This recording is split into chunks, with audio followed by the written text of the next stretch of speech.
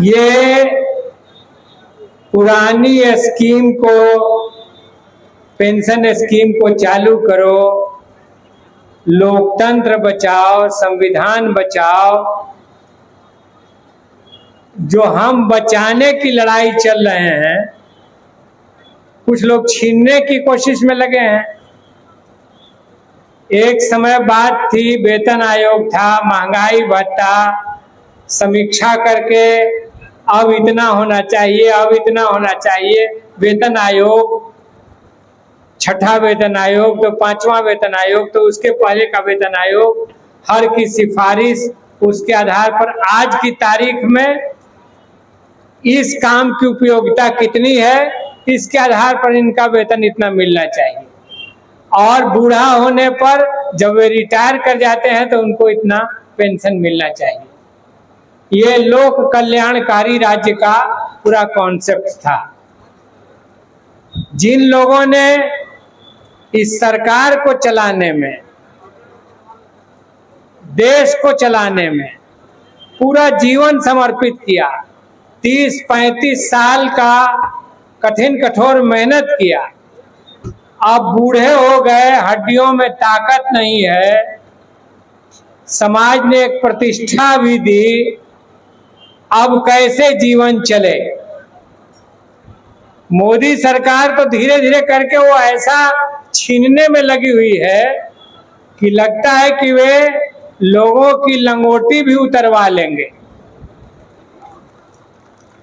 जितनी लड़ाई है उतना ही समझिए कि हमारा हक मिलना है। अभी बिहार में चुनाव है तो ताबड़तोड़ जो बिहार में आंदोलन हुए हैं, रसोइया के, आंगनबाड़ी सेविका सहायिका के, अन्य मोर्चों पर जितने आंदोलन हुए हैं, वृद्धावस्था पेंशन के, सब पर चूंकि वोट लेना है तो ताबड़तोड़ ऐलान हो रहा है।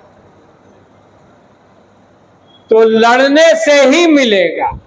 और आपने भी जो ऐलान किया है कि अगर ओपीएस नहीं दोगे तो तुम्हारा तो टिकट बिहार में हम चलता कर देंगे, ये तय बात। और बिहार में ये माहौल बन भी चुका है।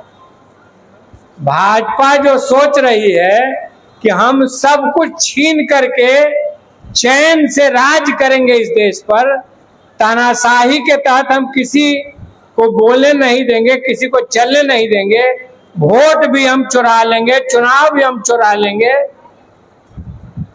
तो अभी तो कुछ थोड़ा सा सहमे हुए हैं कि नेपाल की घटना से कि सब कर लेंगे तो कहीं ऐसा ना हो जाए। इसलिए हाल में हम देख रहे हैं कि थोड़ा सा भाजपा नेताओं की बोलती बंद है। तो मैं ये कहना चाहता हूं कि इस लड़ाई को जारी रखिए, इस लड़ाई को जारी रखना है।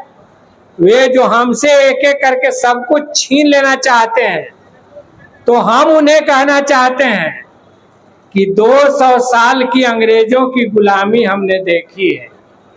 देश में हमने, मजदूरों ने, किसानों ने मिल करके बड़ी लड़ाई लड़ करके देश को आजाद किया है। और देश संविधान के अनुरूप चले तो हमारे ही पुरखे, वो डॉक्टर भीमराव अंबेडकर हो या जो हो, उन्होंने संविधान बनाया कि देश चलेगा अब ऐसे। अब जमींदारियां नहीं रहेंगी, अब राजशाही नहीं रहेगी, अब जनता का एक एक वोट से सरकार चुनी जाएगी, उसी सरकार का शासन चलेगा।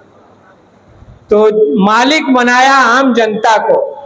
तो ये जो एक एक करके सब कुछ छीनने के फिराक में है, आर्थिक मोर्चे पर जो भी प्राकृतिक संसाधन थे, जो भी संस्थान निर्मित हुए थे, सब अंबानी और अडानी को दे देने के फिराक में है और लोकतांत्रिक सब अधिकार को छीन लेने के फिराक में है। ये ठेका पर बहाली, तो बूढ़ा पेंशन को भी बहुत कम कर देना, ओल्ड पेंशन स्कीम को खत्म कर देना, ये जो सारा षड्यंत्र रच रहे हैं, तो पूरे पैकेज के खिलाफ इस देश को बचाने के लिए, इस देश में आम आदमी के अधिकारों को बचाने के लिए हमें अपनी लड़ाई को तेज करना होगा। और आप इस लड़ाई के अगुआ हैं, पार्लियामेंट से लेकर के बिहार सरकार में भी और मैंने आपसे कहा कि जो हमारा घोषणा पत्र होगा, इंडिया गठबंधन का जो घोषणा पत्र होगा, उसमें ओपीएस स्कीम शामिल किया जाए। इसके लिए हम पूरा प्रयास करेंगे और आपके संघर्षों से कदम मिला करके हमारे साथी हमेशा तत्पर रहेंगे। हर लड़ाइयों में जब भी आप यहाँ रैली करें, दिल्ली में रैली करें, हम आपके साथ हैं। अंत में एक बात कहते हुए अपनी बात खत्म करूंगा। किसान आंदोलन के दरमियान जब 3 कृषि कानून मोदी जी ले आए थे, तो एक बात के लिए उनको हमने बधाई दिया था। बधाई इस बात के लिए दिया था कि मोदी जी, कृषि तो राज्य का विषय था, भिन्न भिन्न राज्यों में हम आंदोलन करते थे किसानों की सुविधा के लिए, लेकिन एक केंद्रीय कानून ला करके हिंदुस्तान भर के किसानों को आपने एक होने का मौका दिया। इसके लिए आपको धन्यवाद है। तो वही कहना चाहते हैं कि ओपीएस आंदोलन के जरिए जो उन्होंने हमें पूरे देश के स्तर पर एक होने का मौका दिया है, मोदी जी को इसके लिए जरूर धन्यवाद देंगे। और यही एकता आपको उखाड़ करके बंगाल की खाड़ी में फेंकेगी, यह कहते हुए मैं अपनी बात समाप्त करता हूं। बहुत बहुत धन्यवाद।